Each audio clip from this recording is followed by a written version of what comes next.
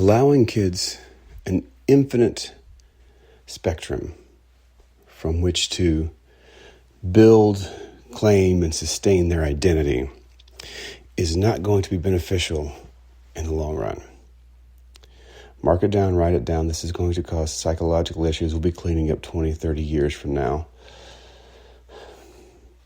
Because think about how hard it is to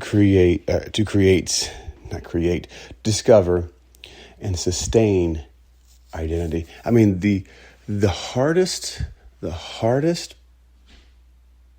part of life is figuring out who you are. Who you are. What is you? Where are you? Why are you? What are you? Are you good? Where are you going? All these questions that we ask. So the solution from the progressive element is, kids can't figure out who they are because we have oppressed and we have repressed their options. We have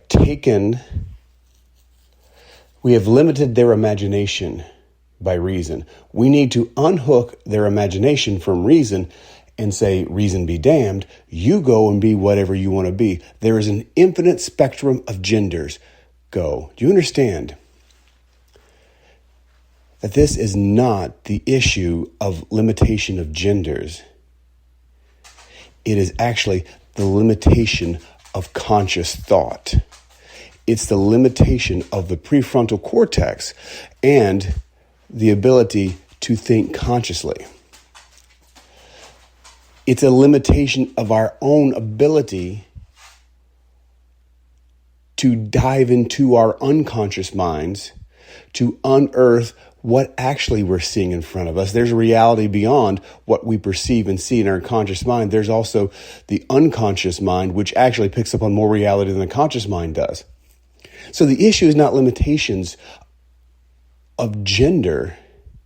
It is simply the limitations of our own conscious awareness that we can't tap into. And so what do? We don't allow imagination to run unabashed through everything, because that's not how we find identity. What we know is there are objective rules and laws in things that we have discovered, these rules and laws. And what we realize is that if our imagination can work within the constraints of reason, we can therefore see through the glass darkly, but a little more clearly than we did before.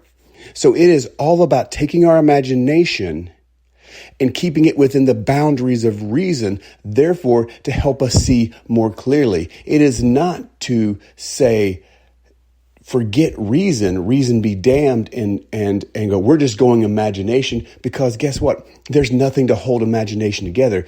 You actually, it can't reproduce. There is nothing reproductive about imagination only, descriptive thought only. It's ethereal. It's vaporous. It's like a fog. It's the ether, right? What your solution is akin to what Dr. Jordan-Peterson says. He says, we're going to play a game. You ready? You want to play a game? Someone says, sure. He says, you start. You're looking at a 4, 5, and 6-year-old kid and saying, hey, you get to choose your gender. What's gender? You start. I don't know what it is. But go ahead and start. Tell me what it is. Peanut butter unicorn? Peanut butter unicorn. You've got it. There it is. The prefrontal cortex of a person does not become, quote unquote, fully developed until they're in their early 20s. And then you have to go through and have lived experience and take that prefrontal cortex, take all the things that you've been taught through the early 20s and see if it works. And so you spend your 20s trying to figure out if the philosophy you've created for yourself or the worldview you've been taught, you go out and you test it in a modal logic sort of, you go, okay, I was told that I can tell lies as long as it doesn't hurt anybody. And we're going to go see how that works. And you find out, doesn't work. Tell the truth, at least don't lie, is actually a better philosophy and will serve you in the end. Telling lies may get you out of certain things right now, but in the end, it's actually going to hurt a lot of people, including yourself. And so it's an untenable philosophy. So you go through and you see if all the things that you think about life, your quote unquote reality, your quote unquote your truth, you're going to go take those things and you're going to go out into the world and you'll see if they work. And then in your 30s, you're going to realize all the mistakes you made in your 20s. You're going to try to correct them. And hopefully you've course corrected and you've taken some of your imaginative, idealistic philosophies and you have used reason. You have now put some bumper rails up and go, oh yeah, I need to have this line here. Tell the truth, at least don't lie. Oh yeah, let me be respectful and answer people with grace. I think that's a good one. And you go through and I'm going to love God. I'm going to love my neighbor. Yeah. I'm going to honor my parent. You put these things in place with logic and go, I'm not going to say things that are contradictory. I'm not going to say things that make me feel weak. I'm not going to say that such things are square circle. Yeah.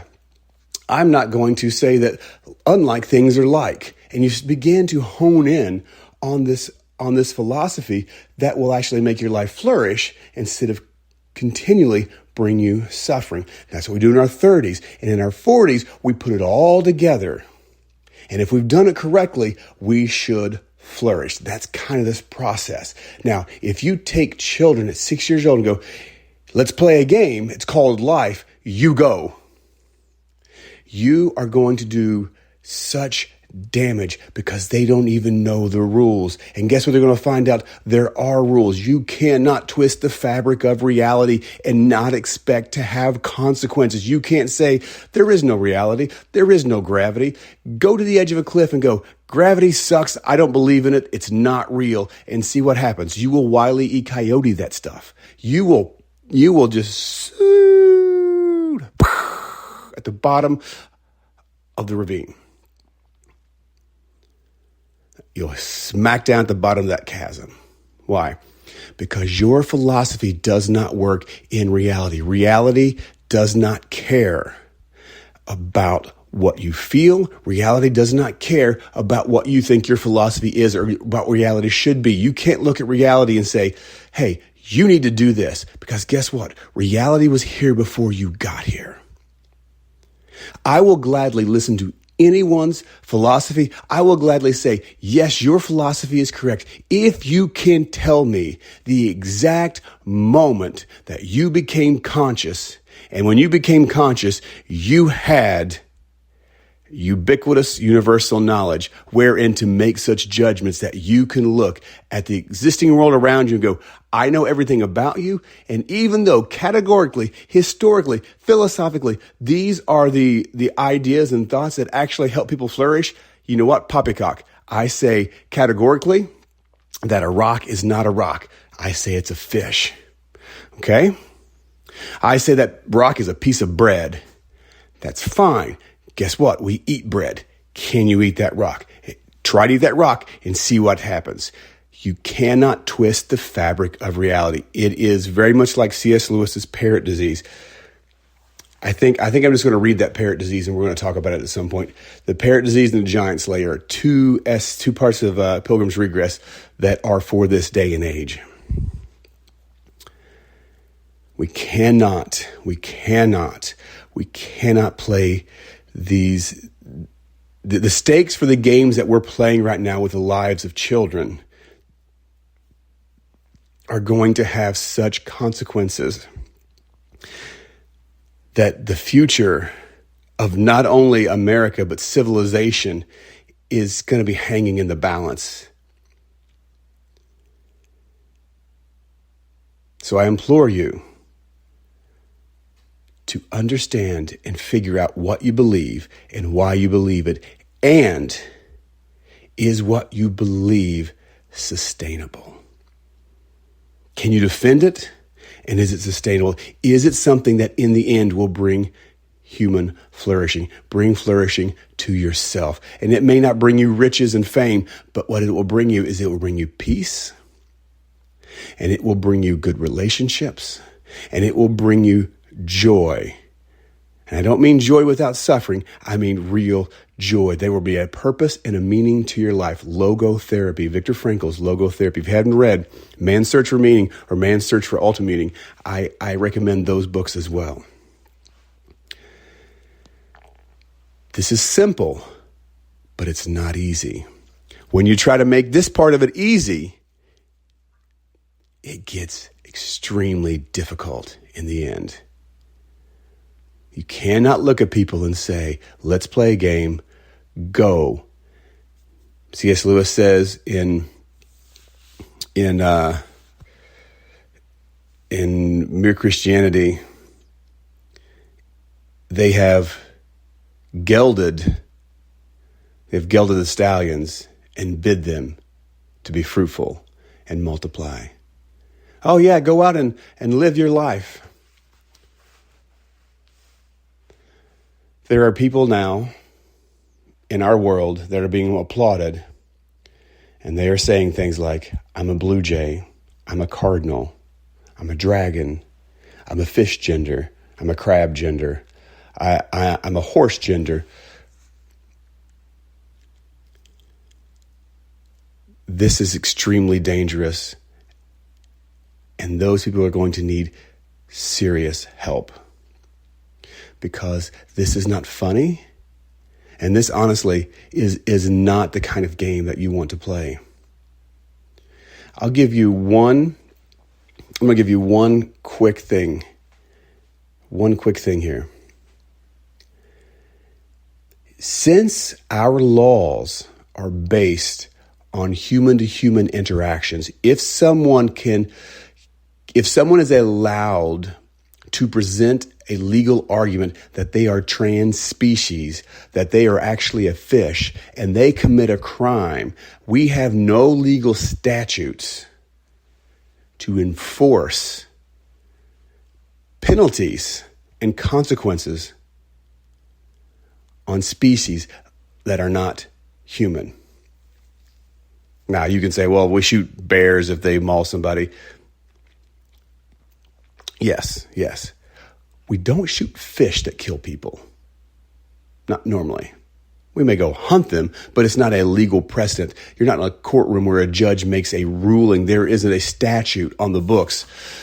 So we go out and shoot it, but there's not a statute on the books that says that if this person's a dragon and they kill someone, well, you know what? That dragon spends 50 years in prison. That's not anywhere. And this is where it's headed. If you don't think it is, then you are being naive. And I hate to come out and say you, but if someone doesn't believe this, let me say that because that sounds very accusatory. If someone believes that someone can become a dragon and they think there won't be these kind of consequences, you do not know the divisive and the devious heart of man. Because men will do whatever it takes to twist the fabric of reality for their benefit. And it never works. As Peterson says, it snaps back. If you twist the fabric of reality, it will snap back. Why? Why did you think you could twist the fabric of reality? No one can do that. It always snaps back. There's going to be a snapback of this, and it's not going to be pleasant.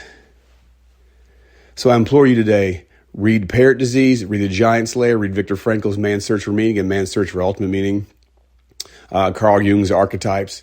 These are fantastic books to give you ideas on what kind of guardrails of logic and reason. You can read Aristotelian Ethics and Plato's Republic. You can read all of these great things. You can read John Locke. Even read the Founding Fathers. Their stuff is amazing. And you can see we've been down roads like this before, and the reason we have the philosophies we have is because these philosophies are guardrails. These philosophies allow us to shape and mold and be imaginative within the scope that is reality, so that we can create sustainable, flourishing lives, and we can have flourishing relationships, and we can have joy and peace and wisdom and understanding. and we can enjoy this world that God created for us. But when we go outside the bounds of reason and we jump into this unabashed, unabated imagination, well, who knows what evil lurks out there. This has been Wes Mullins with Unabashedly Resolute Institute. Hope you guys have a great day.